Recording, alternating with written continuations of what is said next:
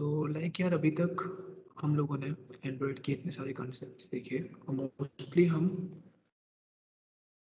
क्या करते थे, हम एंड्रॉयड में मतलब अभी तक हम पीपीटी से पढ़ रहे थे। ठीक है, तो जहाँ तक मेरे को लगता है काफ़ी लोगों ने कोड लैब्स देखे भी नहीं है।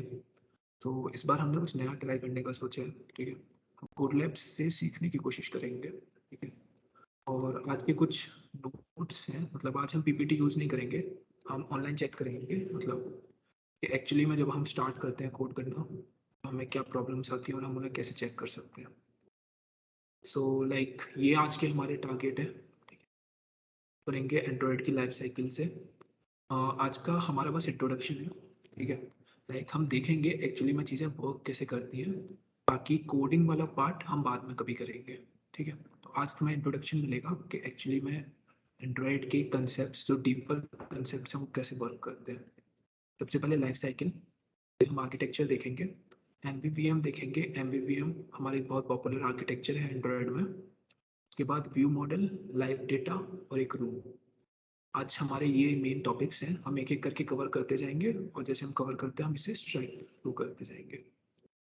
सबसे पहले लाइक अगर तुम इस कोड लैब पर जाते हो, फंडामेंटल कोड लैब्स में लाइफ साइकिल्स एंड लॉगिंग का कोड लैब है। सबसे पहले किसी को पता है लॉग्स क्या होते हैं? I am asking in terms of computer, अगर किसी को पता हो, कोई आइडिया हो कि लॉग्स क्या होते हैं। ठीक है, सर लॉगिन और किसने कब किया इन सब का डाटा शायद से। कि लॉगिन मतलब वो क्या कहते हैं, ऑथेंटिकेशन वाला लॉगिन क्या? नहीं, विजिट या उसमें किसी ने चेंज किया हो ये सब शायद। ओके हाँ, मतलब काफ़ी कुछ सही है। तो सबसे पहले लॉगिंग क्या होता है? लॉगिंग होता है कि अगर तुमने एक जावास्क्रिप्ट वगैरह में काम किया होगा तो वहाँ पर तुम कंसोल डॉट लॉग करते हो। लॉग प्योरली यूज़ किया जाता है डेवलपर्स के द्वारा। डेवलपर्स को जब कुछ चीज़ें टेस्ट करनी होती हैं, ठीक है, उन्हें अपने कंसोल पे आउटपुट चाहिए, नॉट इन द ऐप। अगर तुमने एंड्रॉयड स्टूडियो देखा है तो एंड्रॉयड स्टूडियो में नीचे एक लॉग कैट करके होता है। ठीक है, बॉटम पे एक लॉग कैट होता है, उसमें तुम्हें सारा लॉगिंग का रिजल्ट मिलता है। ठीक है, लेट से तुम कुछ टेस्ट कर रहे हो और तुम्हें कुछ आउटपुट देखना है, तो अब ये तो नहीं है कि तुम अपने ऐप के अंदर उस आउटपुट को दिखाओगे। तुम क्या करते हो, तुम उसे लॉग कर देते हो। ठीक है, तो वो हमारा पार्ट होता है लॉगिंग का। लेकिन आज का टॉपिक हमारा है लाइफ साइकिल्स, ये वाला। ठीक है, तो लाइफ साइकिल क्या होता है? जैसे मैं नेक्स्ट कोड लैब पर जाऊँ तो ये तो तुम सभी को पता होगा, ये एक सिंपल लाइफ साइकिल है बटरफ्लाई की। ठीक है, अब सेम ऐसे ही लाइफ साइकिल होती है एक एंड्रॉयड ऐप की। लाइफ साइकिल का मतलब ये है सिंपल, कि कैसे एक ऐप स्टार्ट होता है, ठीक है, कैसे फंक्शन करता है और आखिरी में कैसे ऐप किल होता है। मतलब सेम जैसे बटरफ्लाई के साथ होता है, कैसे बटरफ्लाई पहले बनती है, ठीक है, कोकून बनता है, फिर उसमें से बटरफ्लाई बनती है, फिर आखिरी में उसकी डेथ। ठीक है, सेम एक एंड्रॉयड ऐप का आर्किटेक्चर होता है। ऐप स्टार्ट होता है, ऐप चलता है और आखिरी में ऐप किल होता है। ये लाइफ साइकिल है बिल्कुल बेसिक फॉर्म में। ठीक है, इसमें सबसे पहले क्या है, ऐप कैसे इनिशियलाइज हुआ है, क्रिएट, स्टार्ट, रिज्यूम और आखिरी में डिस्ट्रॉय। ये बहुत ही सिंपल फॉर्म में है, हम इसे थोड़ा सा डिटेल में देखते हैं। ठीक है, तो ये है लाइफ साइकिल डिटेल के अंदर। तो लाइक हम स्टार्ट करते हैं। ओके, तो अभी सभी को विजिबल होगा पूरा स्क्रीन। तो लाइक स्टार्ट करता हूँ। तो सबसे पहले क्या होता है, तुम्हारा एक्टिविटी लॉन्च होता है। ठीक है, ये वो फेज है जब तुमने अपना एक्टिविटी स्टार्ट किया है। ठीक है,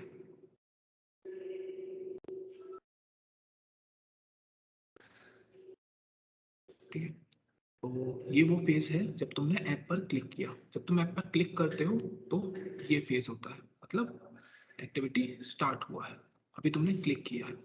अगर तुमने एंड्रॉइड स्टूडियो में नोटिस किया हो तो जब तुम कोड लिखना स्टार्ट करते हो तो मोस्टली इस फंक्शन से लिखते हो, ऑन क्रिएट नाम के फंक्शन से। ऑन क्रिएट क्या करता है कि तुम्हारे जो व्यूज वगैरह होते हैं, जैसे एंड्रॉइड में अब तक तुम समझ गए हो गए कि जब हम कोड लिख रहे होते हैं तो व्यूज हमारे अलग होते हैं। ठीक है, क्या होता है, एक तो हमारा व्यूज होते हैं, ठीक है, एक हमारे व्यूज होते हैं और एक जो हम बैक में लिख रहे होते हैं, मतलब जो हम कॉटलिन कोड लिखते हैं। ठीक है, तो दो चीजें हैं, एक है हमारे व्यूज, एक है हमारा कॉटलिन कोड। ठीक है। तो जब हम ऑन क्रिएट कॉल कर रहे होते हैं, ये सबसे पहले तो कॉटलिन कोड के अंदर है पूरा, ठीक है। लेकिन ऑन क्रिएट में हम अपने व्यूज को इनिशियलाइज करते हैं। इनिशियलाइज इन द सेंस हम उसे बताते हैं कि कौन सा व्यू हमारे इस कॉटलिन फाइल के साथ अटैच्ड है। उसके बाद ऑन स्टार्ट आता है, ठीक है। ऑन स्टार्ट मतलब जब एक्चुअली चीजें स्टार्ट हो जाती हैं। उसके बाद ऑन रिज्यूम, ठीक है। ये स्टेट काफी ट्रिकी है, ठीक है। होता क्या है, ऑन रिज्यूम हमारी स्टेट कॉल होती है, पूरा ऐप तुम्हारा रन कर रहा होता है। लेट से तुम एक पेमेंट कर रहे हो, ठीक है, गूगल पे पर हो, या फिर लेट से तुम अमेजोन प्राइम पर एक मूवी देख रहे हो, ठीक है। बीच में क्या हुआ, तुम्हारे किसी फ्रेंड ने तुम्हें बुलाया, ठीक है। तुम क्या करते हो, ऐप को मिनिमाइज कर देते हो, ठीक है। ऐप मिनिमाइज होता है तो वो कौन सी स्टेट में चले जाता है, अभी तक ऐप रन कर रहा था, अभी तक ऐप क्या था, रन कर रहा था, ठीक है। अभी तक ऐप तुम्हारा रन कर रहा था, अब तुमने उसे मिनिमाइज कर दिया, ठीक है। तो अभी जो मिनिमाइज किया वो स्टेट है ऑन पॉज स्टेट तुम्हारी, ठीक है। तो अभी ऐप है, तुम्हारा ऐप खत्म नहीं हुआ है, लेकिन अभी ऐप क्या है, मिनिमाइज्ड कंडीशंस में, मतलब तुमने होम बटन दबाया और ऐप तुम्हारे फोरग्राउंड स्क्रीन पर नहीं है। अब लेट से तुम्हारा दोस्त तुमसे कुछ बात करने आया था, उसने बात करी और वो चले जाता है। तो जब वो चले जाता है तो ऐप वापस से रिज्यूम हो जाता है, ठीक है। तो ये हो गई हमारी रिज्यूम स्टेट, वापस से आ जाता है, ऑन रिज्यूम में आ जाता है।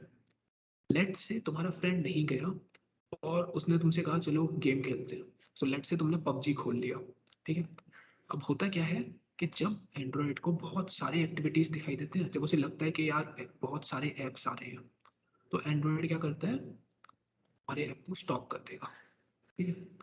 अब स्टॉप करने के बाद भी एक कंडीशन होती है कि लेट से तुमने तुरंत पबजी खोला और फिर तुमने उसके बाद जस्ट बंद कर दिया, ठीक है। अगर बंद कर दिया तो वो यहाँ से, मतलब तुमने पबजी बंद कर दिया और वो वापस तुमने ऐप स्टार्ट कर दिया, तो एक बार को पॉसिबिलिटी है कि तुम्हारा ऐप फिर से रीस्टार्ट हो जाए, ठीक है।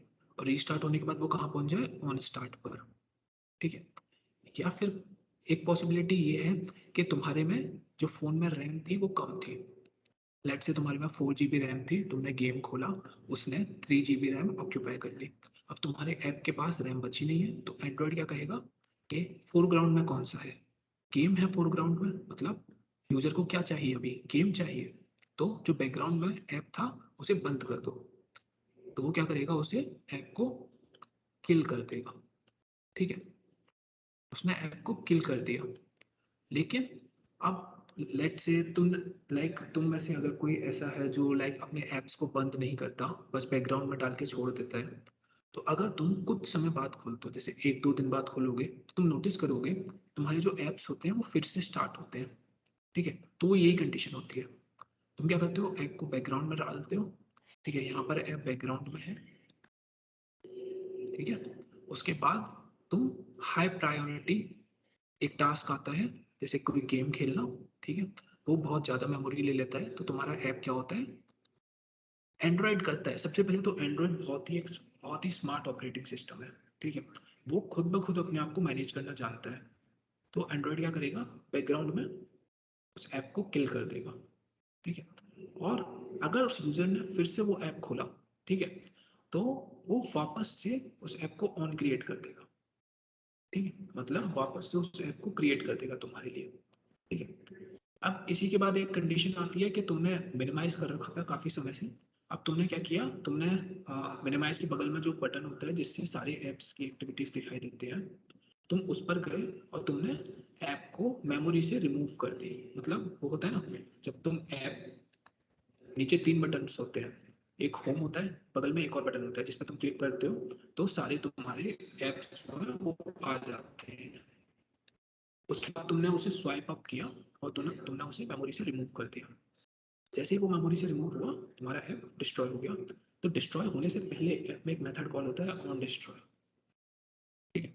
और जैसे ही ऐप डिस्ट्रॉय होता है, उसके बाद फाइनली तुम्हारा एक्टिविटी शट डाउन, मतलब तुम्हारा ऐप खत्म है यहाँ पर। तो ये था तुम्हारा लाइफ साइकिल, एक क्विक ओवरव्यू देखेंगे, ठीक है। तो मैं इस पूरे को रिमूव कर देता हूँ, ठीक है। तो एक क्विक ओवरव्यू, ठीक है। स्टार्ट कैसे होता है, जब तुम क्लिक करते हो तो एक्टिविटी लॉन्च होता है, फिर एक्टिविटी क्रिएट होता है, तो तुम्हारा एक्चुअली में चीज़ें इनिशियलाइज होती हैं, फिर ऑन रिज्यूम स्टेट में चले जाता है। तो यहाँ पर तुम्हारा ऐप चल रहा होता है, जब तुम कोई भी बटन क्लिक कर रहे हो, ऐप के अंदर कुछ डेटा एंटर कर रहे हो, मूवी देख रहे हो, वो सब यहाँ पर हो रहा है। उसके बाद लेट से तुमने बीच वाली मिनिमाइज बटन दबाई, मिनिमाइज बटन दबाते ही ऐप बैकग्राउंड में गया और कौन सी स्टेट आ गई, ऑन पॉज। और एक कंडीशन ये है कि वापस से तुम ऐप को होम बटन दबा के वापस से तुम ऐप को खोल लेते हो, तो वो हो गया ऑन पॉज से वो चले जाएगा रिज्यूम, तब ऐप फिर से रिज्यूम हो गया। अगर तुमने बहुत समय तक एक्टिविटी नहीं खोली तो वो चले जाएगा ऑन स्टॉप स्टेट में। अब यहाँ पर दो कंडीशन है, यूजर वापस से चले जाता है तो वो फिर से रिस्टार्ट हो जाएगा, और यूजर वापस नहीं जाता, यूजर वापस नहीं जाता तो क्या होगा, ऐप किल हो जाएगा। मतलब अगर 2-3 दिन तक तुमने, ठीक है, ऐप नहीं खोला तो ऐप किल हो जाएगा। लेकिन फिर भी ऐप का जो इंस्टेंस है वो नीचे तुम्हारे होम में दिखाई देगा। ठीक है, तुमने होम पे क्लिक किया, तुमने वापस से ऐप पे क्लिक किया तो फिर से क्रिएट हो जाएगा इंस्टेंस। फाइनली लेट से तुमने कभी वापस ऐप नहीं खोला और तुमने ऑन स्टॉप स्टेट में था, उसके बाद ही तुमने फाइनली क्लिक किया और ऐप मेमोरी से स्वाइप अप करके रिमूव कर दिया।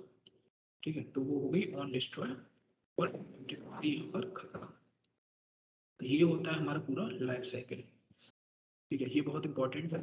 ठीक है, लाइक अगर तुम कभी भी कोई बड़ा ऐप बनाते हो तो उसमें सबसे इम्पोर्टेंट फैक्टर यही होता है, यही तुम्हारा फैक्टर तय करेगा कि तुम्हारा ऐप एक्चुअली में यूजर्स तक पहुंच पाएगा या नहीं पहुंच पाएगा। ठीक है, अब इसमें कुछ ट्रिकी चीजें हैं। ठीक है, तो अभी इसमें ट्रिक कहाँ पर आती है कि लेट से तुम्हारा ऐप चल रहा था, ठीक है, और यूजर कुछ ट्रांजेक्शन कर रहा था, लेट से तुम गूगल पे यूज कर रहे थे, ठीक है, जैसे ही उसने क्लिक किया बटन, ठीक है, ट्रांजेक्शन कंप्लीट होता उससे पहले उसने ऑन पॉज कर दिया, मतलब उसने मिनिमाइज कर दिया।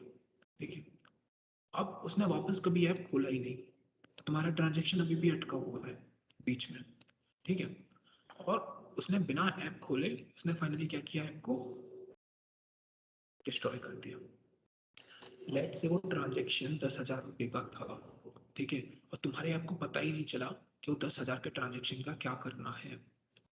ठीक है, 4 दिन बाद यूजर वापस आता है तो क्या एक्सपेक्ट करेगा कि तुम्हारा ट्रांजेक्शन, उसका ट्रांजेक्शन नहीं हुआ होगा, क्यों, क्योंकि उसने बीच में छोड़ दिया था ट्रांजेक्शन। ठीक है, समझ रहे हो, लेट से तुम्हारे यूजर कोई ट्रांजेक्शन कर रहा था, उसने बीच में ऐप को मिनिमाइज कर दिया, उसके बाद वो कभी ऐप पर गया ही नहीं, उसने ऐप को डिस्ट्रॉय कर दिया, मतलब मेमोरी से हटा दिया उसने ऐप को। उसने होम बटन के बगल में जो लेफ्ट हैंड साइड में बटन होती है उसे क्लिक किया और स्वाइप अप करके मेमोरी से हटा दिया, तो तुम्हारे ऐप को पता ही नहीं है उस ट्रांजेक्शन का क्या करना है। ठीक है, और जब दोबारा यूजर वापस यहाँ पर आएगा तो एरर आ जाएगा, उसे समझ ही नहीं आएगा कि क्या करना है। यहाँ पर कुछ चीजें, अब यहाँ पर चीजें तुम्हारी ट्रिकी हो जाती है। ठीक है, एक ये होता है पहला कंडीशन। ठीक है, दूसरा कंडीशन क्या होता है, लाइक तुम लोगों ने फोन को रोटेट किया है ना, सभी सभी ने फोन को रोटेट करा होगा। ठीक है, मतलब क्या, तुम्हारा कोई ऐप, जैसे मूवी देखने बैठे हो तुम, ठीक है, तुम्हारा ऐप अभी तक पोर्ट्रेट में था। ठीक है, पोर्ट्रेट अगर किसी को नहीं पता, पोर्ट्रेट वर्टिकल होता है, लैंडस्केप ये होता है हॉरिजॉन्टल। ठीक है, अभी तक तुम मूवी देख रहे थे यहाँ पर ऐसे ऐप में, अभी तुमने क्या किया, उसे लैंडस्केप कर दिया। ठीक है, तो मूवी क्या होती है, रोटेट हो जाती है। ठीक है, मतलब अगर एम पहले ऐप में ऐसा था तो एम ऐसे हो जाएगा। अभी तुम लोगों को लगता है कि यार इसमें क्या बड़ी बात है, ये तो बहुत ही सिंपल टास्क हुआ। क्या किया ऐप ने, बस वही जो सेम लेआउट था उसको वैसे टेढ़ा करके दिखा दिया, खत्म बात। लेकिन इन द बैकग्राउंड बहुत, मतलब बहुत ही बड़ी चीज करता है एंड्रॉइड।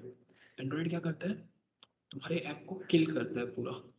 ठीक है, एंड्रॉइड तुम्हारे ऐप को किल करता है और वापस से क्रिएट करता है। ठीक है, एंड्रॉइड तुम्हारे ऐप को किल करता है और वापस से क्रिएट करता है। ठीक है, सो लेट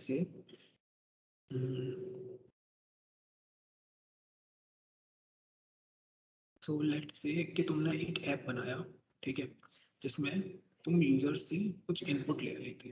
ठीक है, अब लेट से वो नोट्स ऐप होता है। ठीक है, तो मैं तुम्हारा यूजर, ठीक है, तुमने मुझसे इनपुट लिया, मैंने तुम्हारे इनपुट में बहुत कुछ डाला है, ये बहुत कुछ लिखा है मैंने कंटेंट।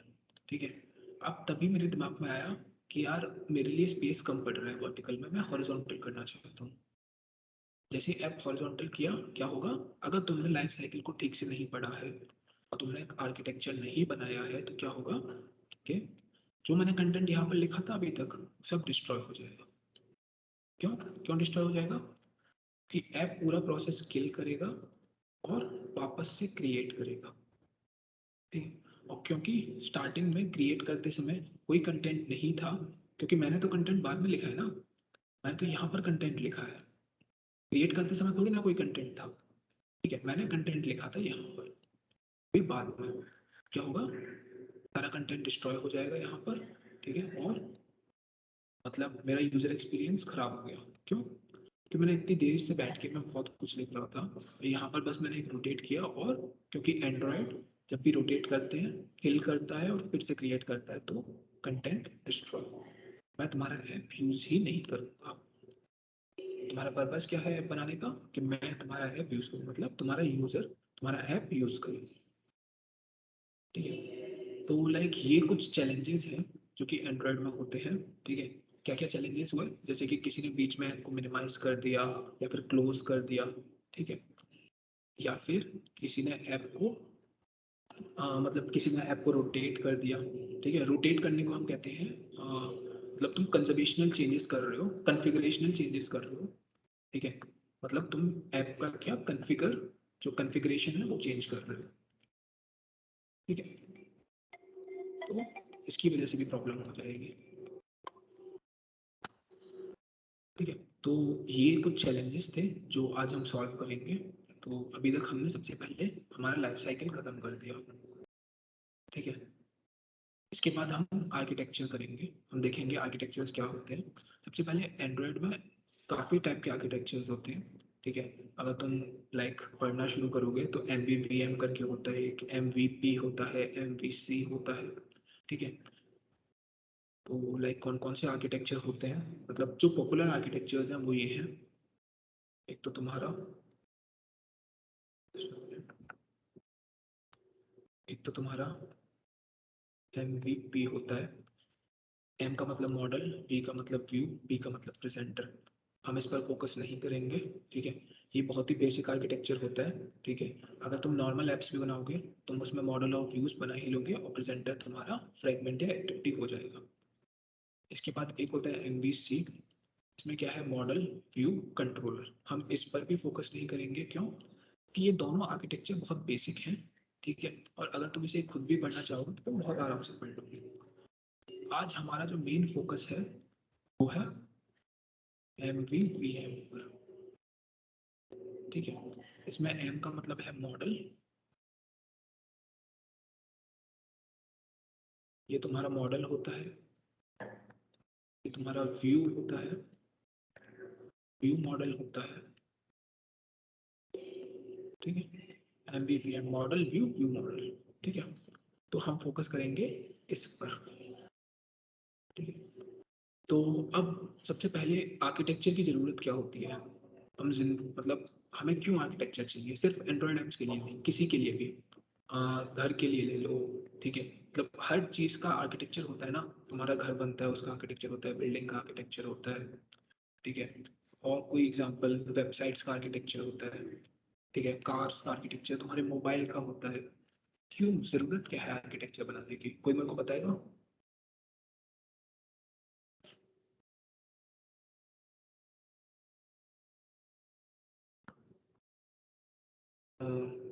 यार मेरे को पता है तुम लोगों ने खाना वाना खाया होगा, नींद आ रही होगी, लेकिन इतना तो पता होगा यार तुम लोगों को कि आर्किटेक्चर की जरूरत क्या है अभी।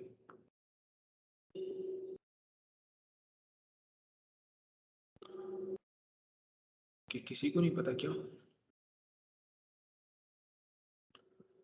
ओके यार, ठीक है। तो आर्किटेक्चर एक्चुअली में ज़रूरत बस इतनी होती है हमें कि लेट्स से मैं आज एक ऐप बना रहा हूँ या फिर मैं आज एक बिल्डिंग बना रहा हूँ। ठीक है, और उस बिल्डिंग में कुछ स्टैंडर्ड्स होने चाहिए ना। ये तो नहीं कि मैं बिल्कुल बिल्कुल मतलब अलग ही बिल्डिंग बना दूँ। ठीक है, कुछ स्टैंडर्ड्स होते हैं। जैसे दीवारें सीधी बनती हैं, दीवारें जो वॉल्स होती हैं वो हम स्लैंट नहीं बनाते। ठीक है, अगर तुम कुछ नया बिल्कुल ही फ्रेश आइडिया लेकर आए हो, वो हटाओ। ठीक है। अगर हम किसी जनरल आइडिया की बात करें, जो हमारी वॉल्स होती हैं वो स्लैंट नहीं होती, सीधी होती है। ठीक है। हम पिलर्स लगाते हैं। ठीक है। पिलर्स कहाँ कहाँ लगनी चाहिए, इसकी कुछ प्रॉपर्टीज होती हैं। ठीक है। तो ये होता है हमारा आर्किटेक्चर। रिक्वायरमेंट क्या है, सबसे पहली चीज कि मतलब हम चाहते हैं ना कि हर चीज जनरल होनी चाहिए। ये नहीं कि हमने आज कोई नई बिल्डिंग बना दी, कल कोई नया आदमी आता है और वो उस बिल्डिंग में कुछ चेंजेस करना चाहता है, उसे अच्छा बनाना चाहता है, तो उसे समझ ही नहीं आ रहा कि बिल्डिंग कहाँ से कैसे बनी हुई है। अब बिल्डिंग वाले केस में ये बहुत सिंपल हो गया। एक बार को बंदा नेकेड आई से देख के समझ सकता है। लेकिन इसी को हम कोड में बोलते हैं। लेट से तुमने कुछ आर्किटेक्चर बनाया है। ठीक है। लेट से तुमने कोई एप्लीकेशन बनाई है। ठीक है। अब तुमने कोड इतनी सारी फाइल्स में होता है कि अगर कोई बंदा स्टार्ट करना चाहे, सीखना चाहे, पढ़ना चाहे तुम्हारा कोड, तो कैसे पढ़ेगा। ठीक है। तुमने लेट से कोई फंक्शन एक फाइल में डाल दिया, दूसरा फंक्शन दूसरी फाइल में डाल दिया, तीसरा कहीं और ही डाल रखा है, कुछ अलग ही क्लासेस बना रखी है, तो उसमें क्या है, प्रॉब्लम क्रिएट होती है। तो हम क्या करते हैं, हम एक स्टैंडर्ड बना देते हैं। ठीक है। हम एक स्टैंडर्ड बना देते हैं। ठीक है। हम कहते हैं इस स्टैंडर्ड का फॉलो अगर आप करते हो, ठीक है, तो क्या होगा कि आपकी जो बहुत सारी प्रॉब्लम्स हैं, ठीक है, जैसे आपको कौन सा फंक्शन कहाँ लिखना चाहिए, कौन सी क्लासेस कैसे होनी चाहिए, वो सारी प्रॉब्लम्स रिमूव हो जाएंगे। ठीक है। आपको सोचना नहीं पड़ेगा कि फंक्शंस कहाँ पर आने चाहिए। ठीक है। ये होता है हमारा फर्स्ट पॉइंट कि हमें आर्किटेक्चर क्यों चाहिए। ठीक है।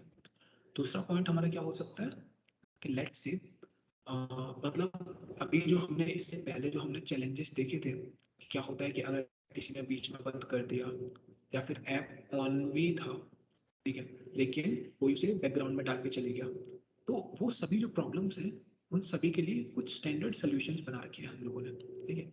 अब दुनिया में 3 मिलियन से ज़्यादा एंड्रॉयड एप्लीकेशंस हैं, तो कुछ ना कुछ तो स्टैंडर्ड सॉल्यूशंस होंगे ना। ठीक है। हम बार बार तो नया सॉल्यूशन नहीं बना सकते, तो उसके लिए हमने कुछ स्टैंडर्ड सॉल्यूशंस बना रखे हैं जो हम आर्किटेक्चर में डिस्कस करते हैं। ठीक है। तो उसके बाद हम ये वाला पॉइंट कवर करेंगे। ठीक है। तो स्टैंड मतलब आर्किटेक्चर के फायदे क्या है।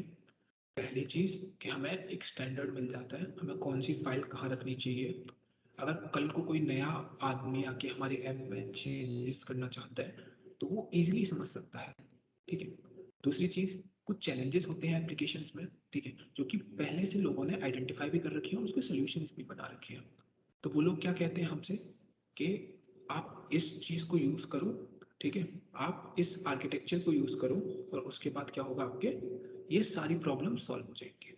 ठीक है। तो वो हम दूसरे में डिस्कस करेंगे। अब एक और इम्पोर्टेंट चीज, कि जो हम आर्किटेक्चर डिस्कस करने वाले हैं, वो गूगल का रिकमेंडेड आर्किटेक्चर है। मतलब जो आप गूगल वाले ऐप्स यूज करते हो, ठीक है, उनमें जो वो आर्किटेक्चर यूज करते हैं, हम वो वाला आर्किटेक्चर डिस्कस करने वाले हैं। ठीक है। वो कौन सा है, एमपीवीएम। तो लाइक अगर तुमने स्टडी जब स्टार्टिंग से अटेंड किया है, तो तुम्हें दो अच्छी चीज़ें समझ में आई हैं। फर्स्ट, गूगल ने एंड्रॉयड के लिए कौन सी लैंग्वेज रिकमेंड कर रही हुई है, कॉटलिन, जो तुम सीख चुके हो अभी तक। ठीक है। और दूसरा, जो गूगल ने आर्किटेक्चर रिकमेंड किया है, ठीक है, जो हम आज सीखने वाले हैं, एमवीपीएम। ठीक है। ओके। सो एमवीपीएम में सबसे पहले होता है, एमवीपीएम में क्या होता है कि हम हर चीज़ को अलग कर देते हैं। सबसे पहले यूआई कंट्रोलर्स। ठीक है। यूआई कंट्रोलर्स क्या होते हैं, जो मतलब इनका नाम ही बता रहे हैं यार, जो इसके यूआई के कंपोनेंट्स हैं। मतलब यूआई के कंपोनेंट्स क्या क्या है, जैसे तुम्हारा फ्रेगमेंट है। ठीक है। तुम्हारा फ्रेगमेंट हो गया। अभी तुमने फ्रेगमेंट्स नहीं बनाए होंगे अभी तक, तुम शायद एक्टिविटीज में काम कर रहे होगे। ठीक है। तो तुम जो एक्टिविटीज में एक्सएमएल लिखते हो, ठीक है, वो तुम्हारा यूआई में कंपोनेंट्स में आ गया। ठीक है। प्लस जो तुम एक्टिविटीज लिखते हो, इनफैक्ट वो भी तुम्हारा यूआई कंपोनेंट है। अभी तक तुम क्या करते हो, लेट से तुम्हें कुछ टेक्स्ट दिखाना है, लेट से तुम्हें मेरा नाम दिखाना है। ठीक है। तुम क्या लिखोगे, हेलो।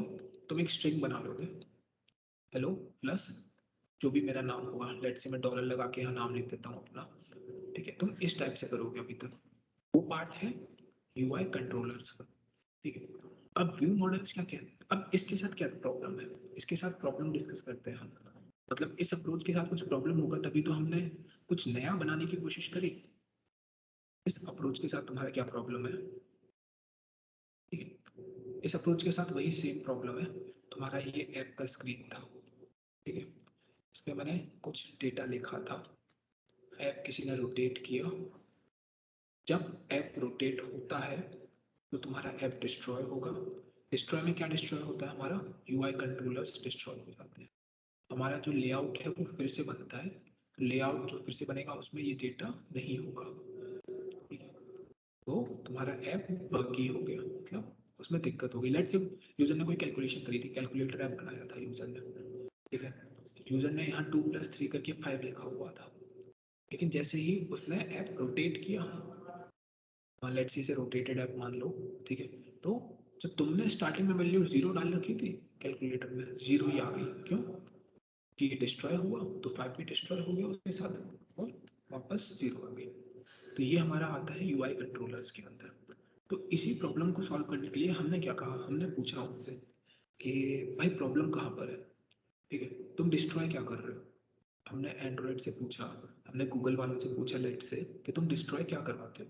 फॉर अगर किसी को ना पता हो तो मोस्टली जो गूगल के एपीआईज होते हैं, मतलब मोस्टली जो एंड्रॉयड के एपीआईज होते हैं उस पर गूगल वर्क करता है, ठीक है। तो मैं डायरेक्टली गूगल बोल रहा हूँ, तो लेट से मतलब जो एंड्रॉयड डेवलपर्स थे उन्होंने गूगल से पूछा कि सर आपके जो एपीआईज हैं वो क्या डिस्ट्रॉय करते हैं। गूगल वालों ने कहा कि हम यूआई डिस्ट्रॉय कर देते हैं, मतलब जो तुम्हारे एक्टिविटीज और फ्रेगमेंट्स होते हैं उन्हें डिस्ट्रॉय कर देते हैं, ठीक है। तो फिर उन्होंने कहा कि ऐसा करते हैं ना, हमारा डेटा डिस्ट्रॉय हो जाता है उसके साथ, तो हम डेटा को अलग कर लेते हैं। अभी प्रॉब्लम क्या थी कि हमारा ये जो 5 नंबर था ये डिस्ट्रॉय हो रहा था और इसकी जगह जो इनिशियल वैल्यू थी वो आ रही थी, ठीक है। उन्होंने कहा कि चलो ऐसा करते हैं कि हम ये जो डेटा है 5, इसे हम एक अलग क्लास में डाल देते हैं, एक हम नई क्लास बना देते हैं और उसमें हम डेटा डाल देंगे, ठीक है। गूगल वालों को भी आइडिया अच्छा लगा, उन्होंने कहा ठीक है, हम इस काम के लिए आपके लिए क्या बना देंगे, एक अलग टाइप की क्लास बना देंगे, ठीक है। तो उन्होंने बनाया व्यू मॉडल्स, ठीक है। तो व्यू मॉडल हमारा सेकंड कंपोनेंट है, ठीक है। तो अभी तक हमने पढ़ा यूआई कंट्रोलर्स, उसके बाद व्यू मॉडल्स। व्यू मॉडल्स क्या होता है, व्यू मॉडल्स वो क्लासेस होती हैं जो डेटा होल्ड करती हैं, जो ऐप के अंदर जो भी डेटा है, ठीक है, उसे होल्ड करती है, ठीक है। व्यू मॉडल्स के अंदर लाइव डेटा नाम का कुछ तो होता है जो हम आगे पढ़ने वाले हैं, ठीक है। उसके बाद आता है रिपोजिटरी। अभी मैंने व्यू मॉडल के अंदर दो चीजें बताई, मैंने बताया कि एक तो व्यू मॉडल में डेटा होता है, ठीक है, और एक यूआई कंट्रोलर्स में यूआई होता है, ठीक है। किसी को पता है दोनों में डिफरेंस क्या है, डेटा और यूआई? कोई रियल वर्ल्ड एग्जांपल लेना चाहे, जीपे का एग्जांपल या लॉगिन फॉर्म का एग्जांपल, किसी भी चीज का एग्जांपल, किसी को पता है, कोई आइडिया है?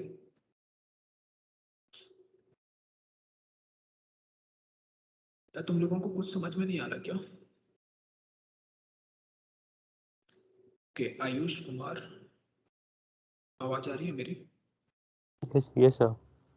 कि यार मतलब तुम्हें कुछ मतलब समझ में आया, तुम्हें डेटा और उसमें कुछ डिफरेंस समझ में आया? अभी तक यूआई में नहीं आया तो कोई दिक्कत नहीं है। Sir like data is the जो हम लोग इनपुट करवाते हैं यूजर से उसको बोल सकते हैं डेटा, और UI the way app behaves to the data और द यूजर इनपुट, उसको यूआई बोल सकते हैं। हाँ, मतलब मैं सिंपल भाषा में अगर बताना चाहूँ तो जैसे ऐप के अंदर बटन्स वगैरह हैं, ठीक है, इमेजेस वगैरह हैं, ये सब यूआई का पार्ट हो गया, ठीक है।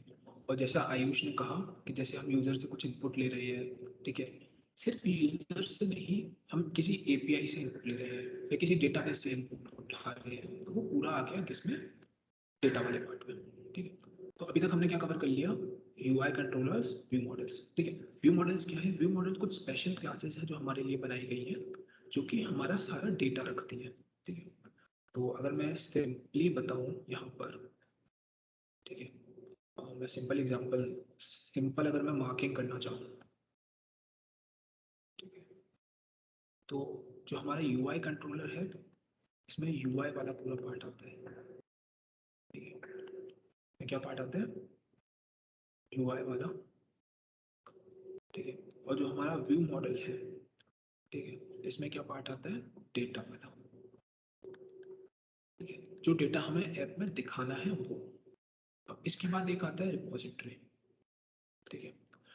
रिपोजिटरी को डिस्कस करने से पहले हम इसके नीचे वाला पार्ट डिस्कस करते हैं। यहाँ पर इमेज में क्लियरली नहीं दे रखा, तो मैं तुम्हें दूसरी इमेज दिखाता हूँ।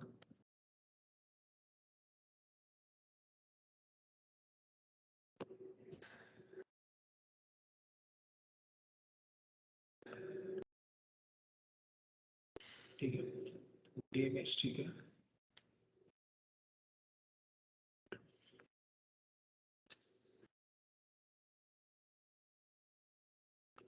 ठीक है, तो अब क्या है, हमने व्यू देखा जो कि अभी हमारा यूआई था, इसमें हमारा यूआई और एक्सएमएल आ गया।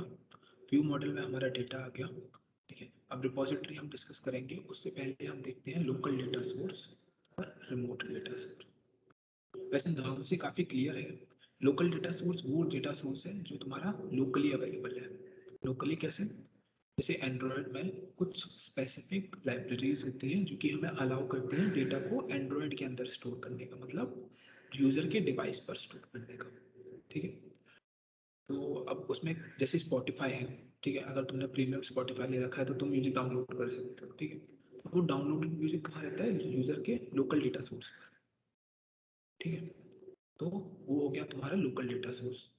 अब रिमोट डेटा सोर्स क्या है, रिमोट डेटा सोर्स जैसे कि तुम्हारे पास लेट से प्रीमियम नहीं है, ठीक है, तो तुम क्या कर सकते हो, तुम डायरेक्टली डेटा जो म्यूजिक है वो तुम फेच कर सकते हो, कहाँ से, सर्वर से, ठीक है। मतलब तुम्हारा स्पॉटिफाई तो फिर भी चल रहा है ना, चाहे तुम्हारे पास डाउनलोडेड हो म्यूजिक या फिर डाउनलोडेड नहीं हो। इसके लिए क्या चाहिए, इंटरनेट चाहिए तुम्हें। क्यों, क्योंकि कहीं से तुम फेच कर रहे हो डेटा, ठीक है, मतलब तुम इंटरनेट से डेटा उठा रहे हो और फिर तुम ऐप में दिखा रहे हो। यहाँ पर क्या है, तुम्हारे यूजर के डिवाइस में ही डेटा अवेलेबल है, ठीक है। अगर मैं यहाँ पर बोलूँ तो यूजर के डिवाइस में ही डेटा अवेलेबल है और यहाँ पर वो इंटरनेट से उठा रहे हैं। अब ये दो डेटा सोर्स की जरूरत क्यों है, ठीक है। पहली चीज, हो सकता है कुछ लोग अपना ऐप ऐसा बनाना चाहते हो कि जो इंटरनेट से चले ही ना, जो मतलब यूजर के लोकल डेटा में ही चलता है, ठीक है। इसका एग्जांपल कुछ भी हो सकता है, जैसे तुमने एक कैलकुलेटर ऐप बना दिया। अब भाई कैलकुलेटर के लिए इंटरनेट की क्या जरूरत है, ऐसी कौन सी कैलकुलेशंस करोगे जो इंटरनेट चाहिए तुम्हें, चाहिए नहीं चाहिए, चाहिए ना। तुम क्या करते हो, तुम बस यूजर के डिवाइस में डेटा स्टोर करवा रहे हो। अब तुमने प्राइम वीडियोस जैसा कुछ ऐप बना रखा है, यूट्यूब जैसा कुछ ऐप बना रखा है, चैटिंग एप्लीकेशन बना रखी है, उसके लिए क्या होगा, तुम्हें एक रिमोट डेटा सोर्स चाहिए, मतलब इंटरनेट पे तुम कहीं डेटा स्टोर करवाओगे और वहां से तुम डेटा उठाओगे, तो उसके लिए ये चाहिए। अब कोई मेरे को बताना चाहेगा कि लोकल ज़्यादा अच्छा है या फिर रिमोट ज़्यादा अच्छा है। यार सबसे पहले उठ जाओ तुम लोग और लाइक, सर लोकल। लोकल अच्छा सर है, रिमोट ज्यादा अच्छा है। Sir remote.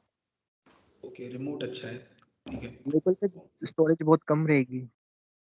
ओके, लोकल पे स्टोरेज कम होगी तो हमें रिमोट पर करवा सकते हैं, सही है, ये भी सही है। और कोई, और किसी के कोई व्यूज हो।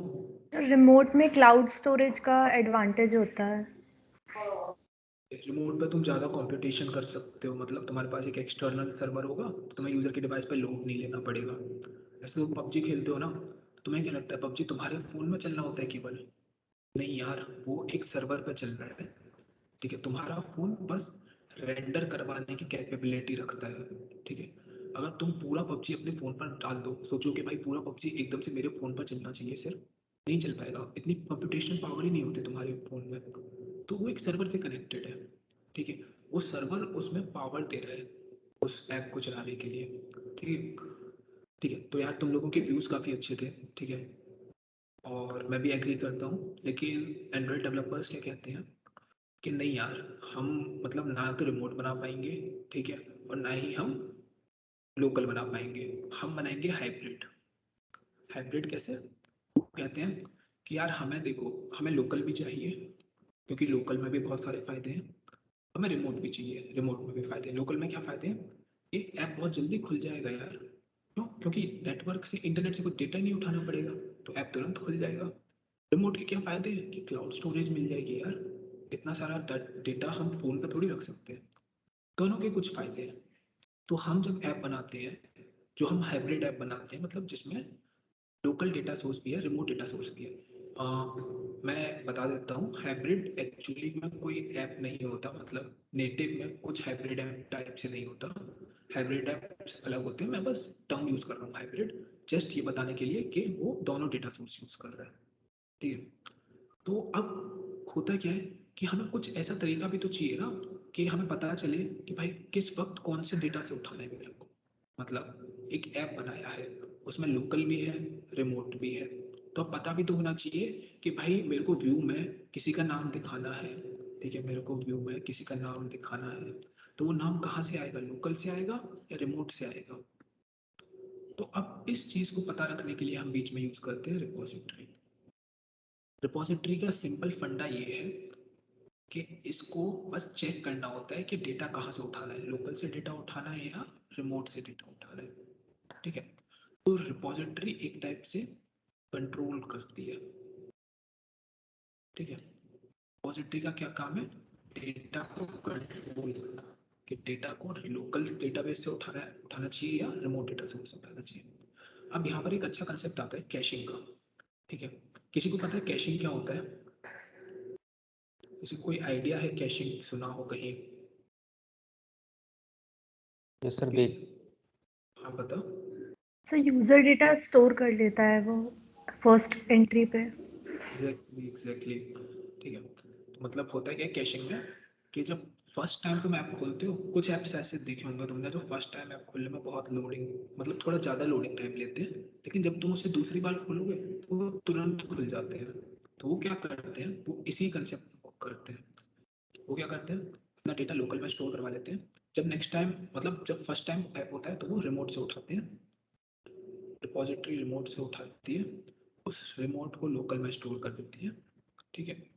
अब जब नेक्स्ट टाइम ऐप खुलता है तो वो क्या करता है, वो सीधा यहीं से उठाता है। ठीक है। अब ये काम किसका है, ये काम रिपोजिटरी का है। ठीक है। वो कैसे चेक करती है कि उसे रिमोट से उठाना चाहिए, लोकल से उठाना चाहिए, ये सब हम आगे कोड में देखेंगे कभी और। अभी हमें ये पता होना चाहिए कि रिपोजिटरी का काम क्या है। रिपोजिटरी का काम ये है कि ये पता रखना कि रिमोट से उठाना है या लोकल से उठाना है। ठीक है। अगर लोकल से उठाना है तो उसको उठाकर यहाँ व्यू मॉडल तक पहुंचाना। क्यों? क्योंकि आफ्टर ऑल व्यू मॉडल का काम है हमारा डेटा रखना। इसका काम ये नहीं है कि पूरा डेटा रखना, इसका काम बस इतना है, वो डेटा रखना जो यहाँ व्यू में दिखाई देना चाहिए। ठीक है। अब अगर तुम नोटिस करोगे तो यहाँ पर कुछ चीजें हैं। ठीक है। एक तो ये एक्सटेंशन, ओके। सो यहाँ पर कुछ इंपॉर्टेंट चीजें हैं। पहली तो ये कि ये जो तुम यूआई इवेंट देख रहे हो, ये जो एरो है, ये हार्ड एरो बनाया हुआ है और ये डॉटेड एरो है। तो इसके रीजन है। ठीक है। जो व्यूज होते हैं वो व्यू मॉडल को डेटा भेज सकते हैं। ठीक है। लेकिन जो व्यूज होते हैं, व्यू मॉडल, मतलब जो व्यूज होते हैं वो व्यू मॉडल को ऑब्जर्व करते हैं। ठीक है। लेट्स से तुम्हारा कुछ डेटा हुआ, अब यहाँ पर हम लाइव डेटा की बात करते हैं, मैं लाइव डेटा वाला खोल लेता हूँ। ठीक है।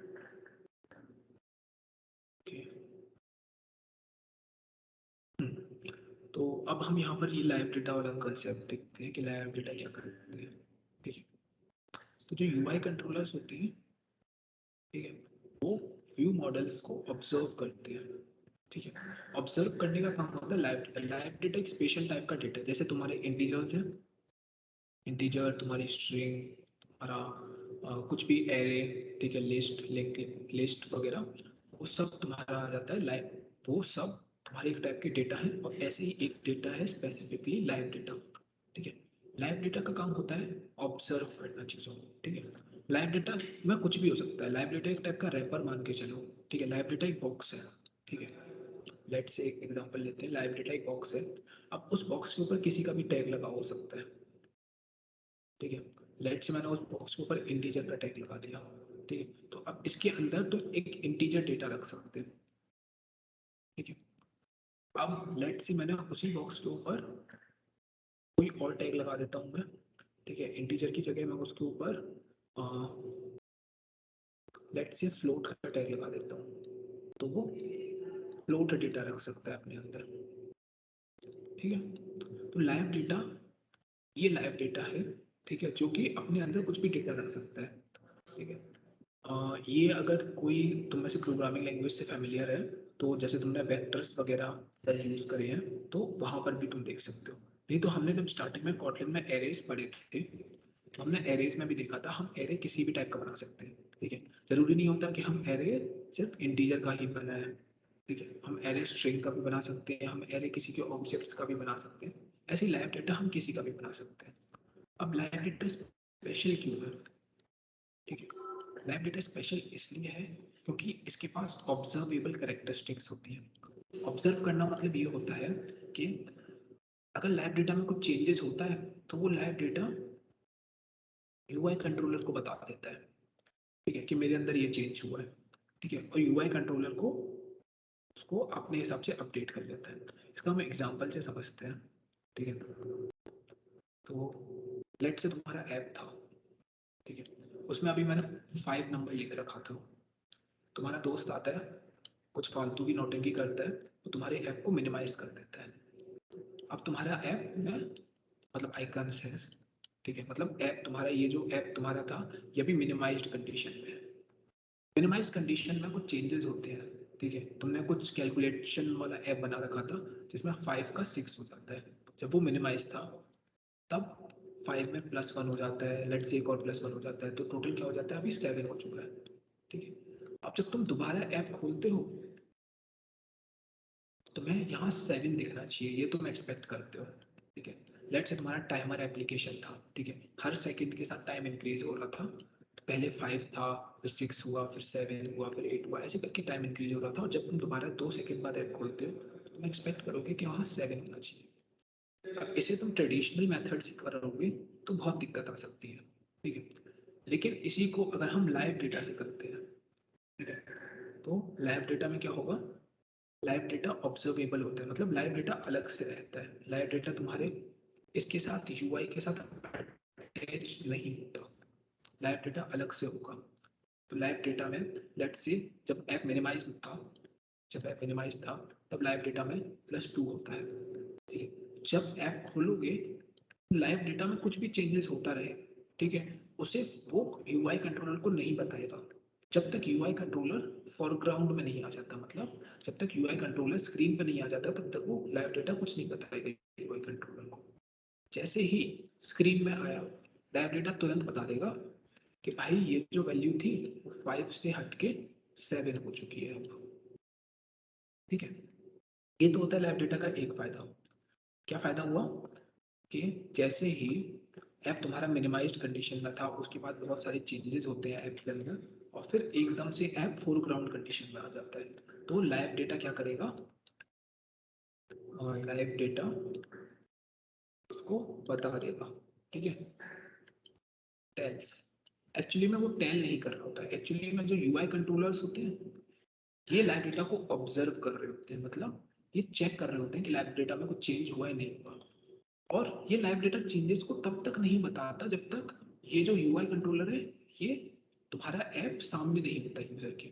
जब सामने होता है तभी लाइव डेटा बताता है कि भाई वैल्यू चेंज हो गई है, ठीक है। तो ये होता है फर्स्ट थिंग। सेकेंड थिंग, हाँ, जो मैं वहां पर कह रहा था तुमसे,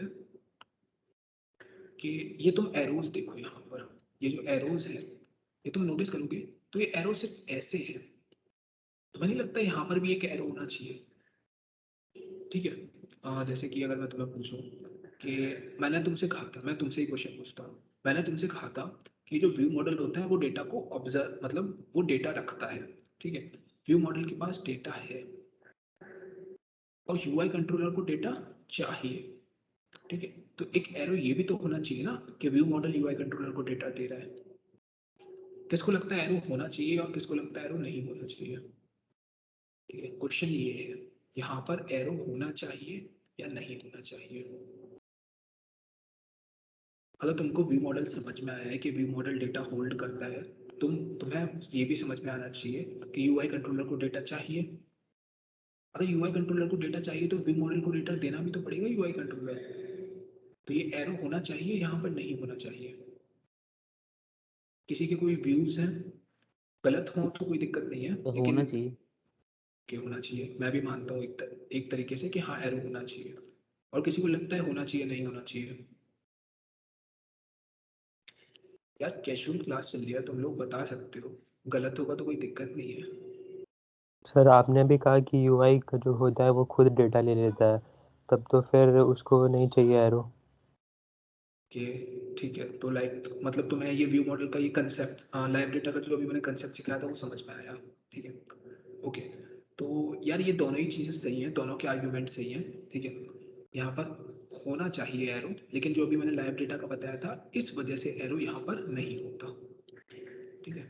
मतलब ऑब्वियस सी बात है भाई, जरूरत तो है एरो होने की। क्यों जरूरत? इसलिए है क्योंकि लेट से कोई डेटा मेरे को यूआई कंट्रोलर को भेजना है तो एरो तो चाहिए मेरे को, सीधी सी बात है, ठीक है। लेकिन एरो यहाँ पर नहीं होता, इस वजह से नहीं होता ये पूरा एरो। क्यों? क्योंकि यहाँ पर लाइव डेटा प्रेजेंट होता है, और लाइव डेटा का काम यही है कि जब कुछ चेंजेस हो जाते हैं तो ये जो यूआई कंट्रोलर होता है ये लाइव डेटा को ऑब्जर्व करता है, मतलब ये लाइव डेटा को देखता रहता है, और जैसे ही लाइव डेटा को कुछ दिक्कत आती है, मतलब लाइव डेटा में कुछ चेंज होता है तो लाइव डेटा पीछे से बता देता है ऑब्जर्वर, मतलब अपने यूआई कंट्रोलर को कि भाई कुछ चेंज हो चुका है, आप वैल्यू अपडेट कर लो। इसे जस्ट अपना एक दोस्त की तरह समझो, तुम्हारा दोस्त जो तुम्हारे जस्ट पीछे बैठा हुआ है, ठीक है। लेट से एग्जाम में बैठा हुआ है तुम्हारा दोस्त तुम्हारे पीछे, ठीक है। उसे कुछ नया आंसर कहीं से पता चला, ठीक है, वो तुम्हें चीटिंग करने में हेल्प कर रहा है, वो क्या करेगा, वो तुम्हें तुरंत वो आंसर बता देता है, ठीक है, कि भाई ये देख ये आंसर था, ठीक है, ये अपडेट कर लिया अपना आंसर, ठीक है। अब लेट से कोई टीचर होती है क्लास में, ठीक है, तो टीचर के सामने तो नहीं बता सकता ना, तो गड़बड़ हो जाएगी यार, ठीक है। तो same with the case of live data, जब ऐप मिनिमाइज्ड कंडीशन में होता है तो वो नहीं बता सकता, वो बताता ही नहीं है। लेकिन जैसे ही ऐप वापस खुला, जैसे ही टीचर की नजर पीछे मुड़ी, बता देता है, ठीक है। लाइव डेटा का कंसेप्ट क्लियर है ऑलमोस्ट। अभी यहाँ पर कोड के पर्सपेक्टिव से मत समझो, कोड बाद में सिखा देंगे, ठीक है। अभी तुम्हें पता होना चाहिए लाइव डेटा होता है क्या है। तो अभी हमने पूरा कवर कर लिया एक तरीके से, ठीक है। ये डाओ क्या है, एसक्यूएल लाइट क्या है, ये हम अभी देखते हैं, ठीक है। अभी हमने एक जनरल कवर कर लिया, ठीक है? तो अभी हमारा क्या क्या कंसेप्ट हो चुका है कि आर्किटेक्चर भी हो गया हमारा, एमवीवीएम भी हो गया, व्यू मॉडल भी हो गया, लाइव डेटा भी हो गया। ये हमारे सारे टॉपिक्स कवर होते हैं, बस एक रूम बचता है हमारा, ठीक है। तो अभी हम रूम को भी देख लेते हैं एक बार, ओके। रूम को हम यहाँ पर देखते हैं, ठीक है। ये रिमोट डेटा सोर्स तो यार हम नहीं कर सकते, क्यों? क्योंकि ये सर्वर पर है, ठीक है। तुम कोई एपीआई यूज कर रहे हो, कुछ भी यूज कर रहे हो, तो ये तुम्हारा काम है, ये एक एंड्रॉइड डेवलपर का काम नहीं है। एंड्रॉइड डेवलपर का काम ये है कि हाँ सर्वर से जब डेटा आएगा तो उसे कैसे यूआई तक पहुंचाना है, ठीक है। तुम्हारा काम ये इम्प्लीमेंट करना है, ये वाला पार्ट, ठीक है, ना कि ये वाला पार्ट, ठीक है। अगर तुम फुल स्टैक डेवलपर हो तो तुम कर सकते हो यार, कोई मना नहीं है। अभी हमारा मेन फोकस है इस वाले पे कि एंड्रॉइड में डेटा कैसे स्टोर करते हैं, ठीक है। तो हम वो देखेंगे अभी,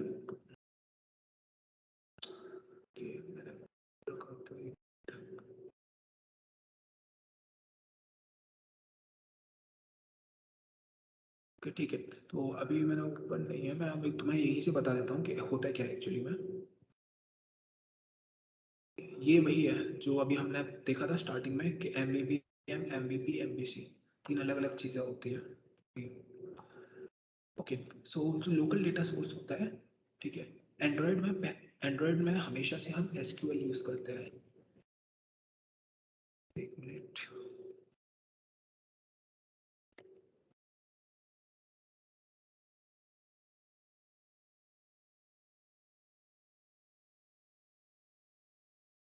ठीक है। तो ये जो पार्ट है ये है हमारे रूम डेटा सोर्स का,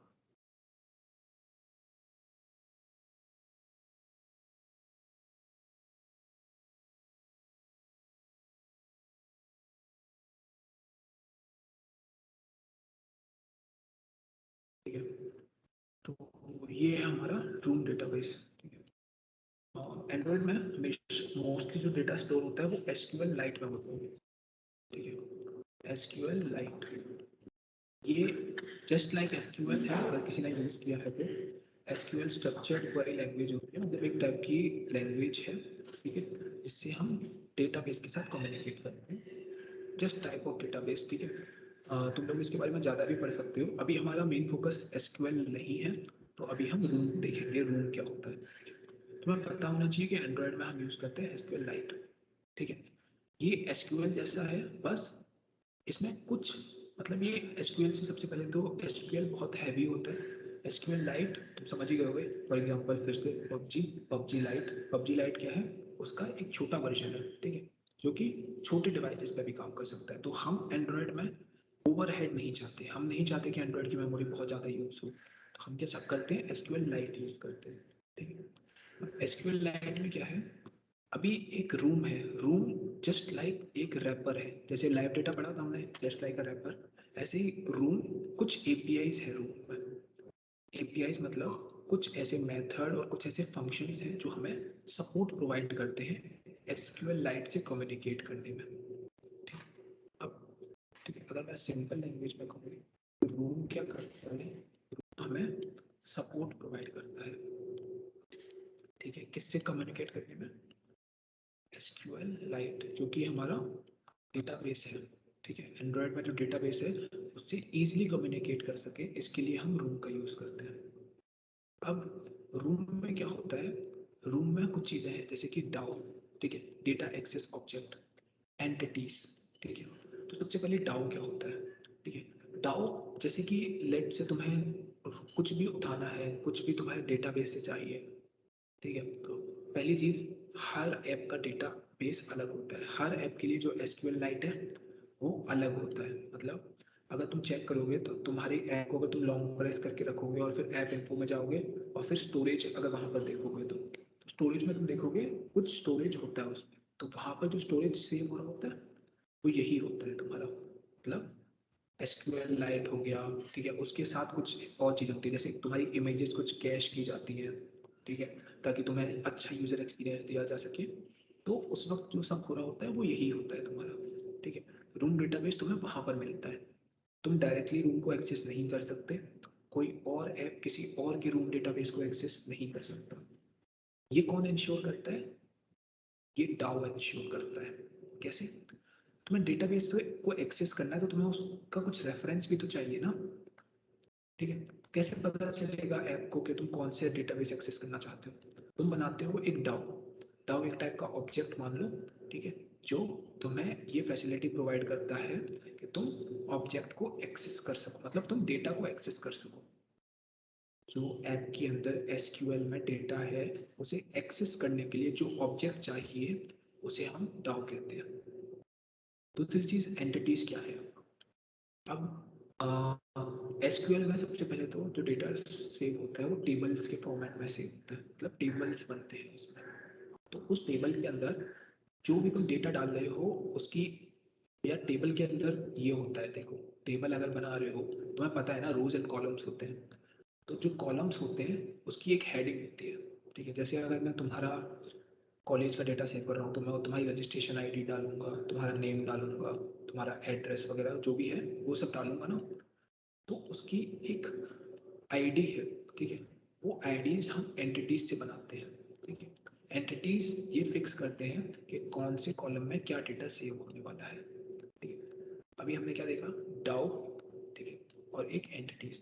अब एक इम्पॉर्टेंट चीज़ और जो लास्ट चीज़ है ऑलमोस्ट हमारे सेशन की, वो ये है कि लेट मैं तुम्हें कंडीशन देता हूँ, ठीक है, कि लेट से तुम्हारे ऐप में बहुत सारी एक्टिविटीज़ हैं, 5 एक्टिविटीज़ हैं। ठीक है, एक एक्टिविटी फोरग्राउंड में है, एक एक्टिविटी बैकग्राउंड में है। ठीक है, तुम्हारे में 5 एक्टिविटीज़ है, एक एक्टिविटी फोरग्राउंड में है, एक एक्टिविटी बैकग्राउंड में है। ठीक है, अब मैं दोनों को डाउ प्रोवाइड कर रहा हूँ, मतलब दोनों ही डेटाबेस में कुछ चेंजेस कर रहे हैं। ठीक है, तो क्या करना चाहिए मेरे को, उन दोनों को एक एक डाउ दे देना चाहिए, क्योंकि बिना डाउ के वो एक्सेस नहीं कर सकते डेटाबेस।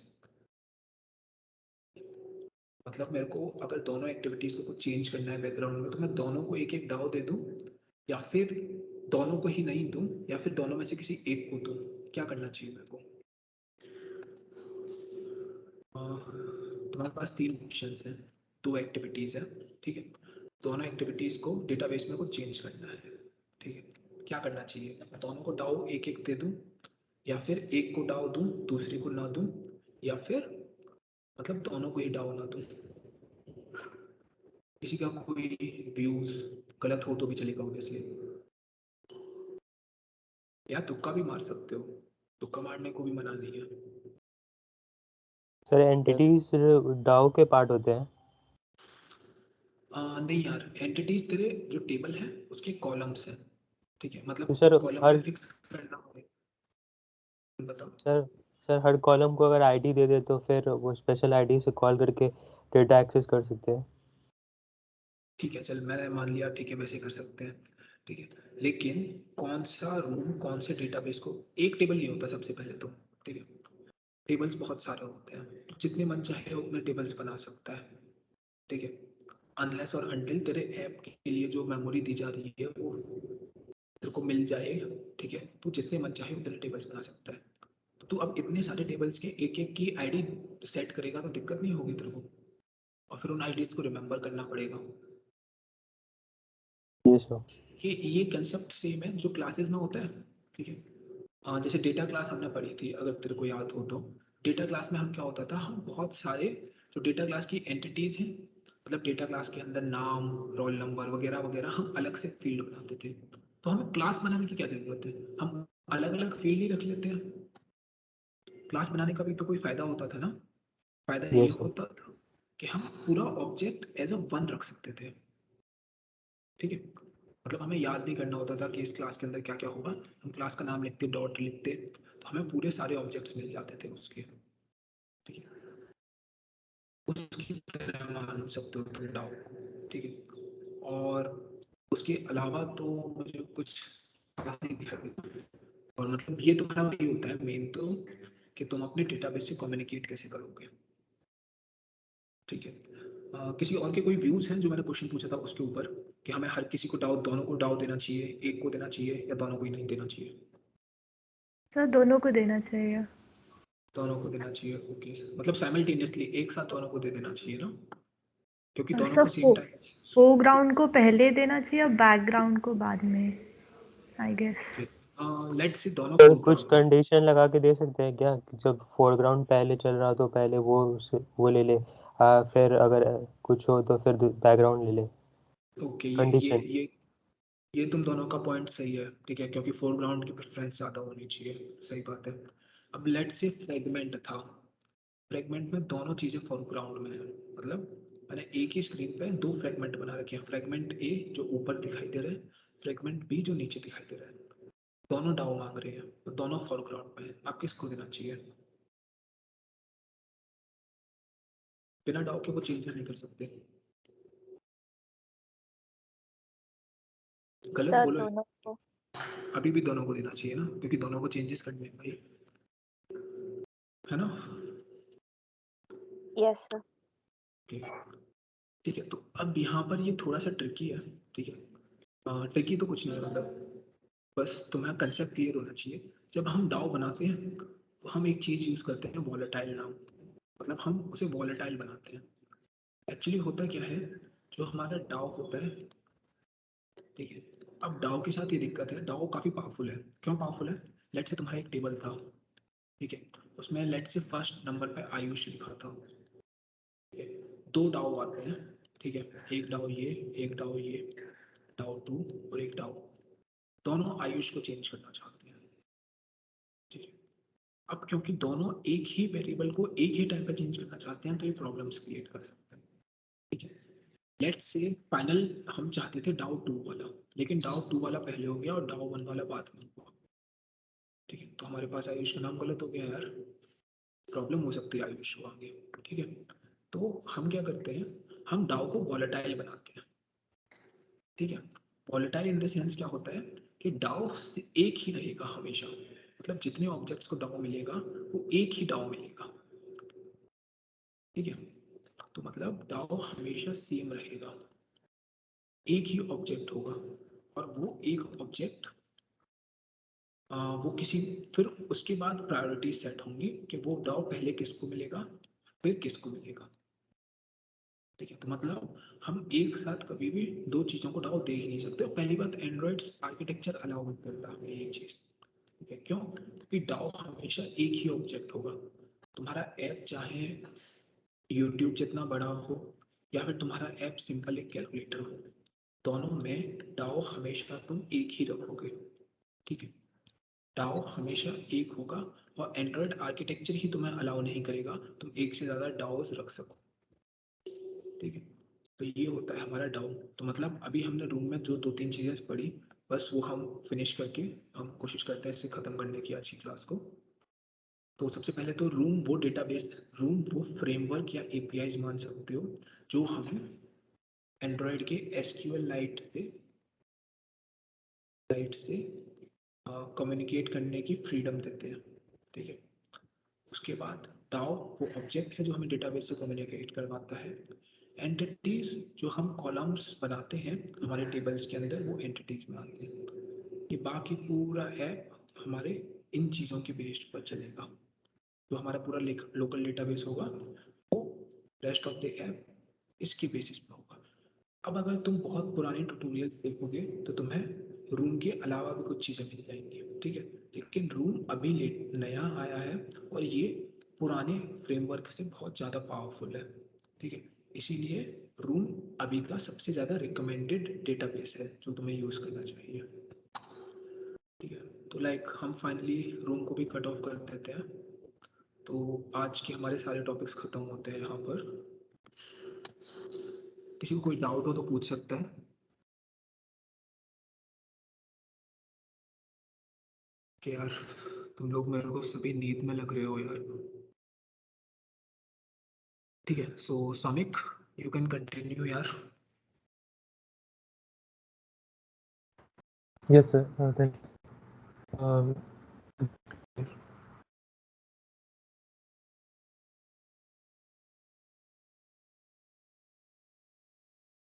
Sir, इसमें screen is big. Not yet Samik.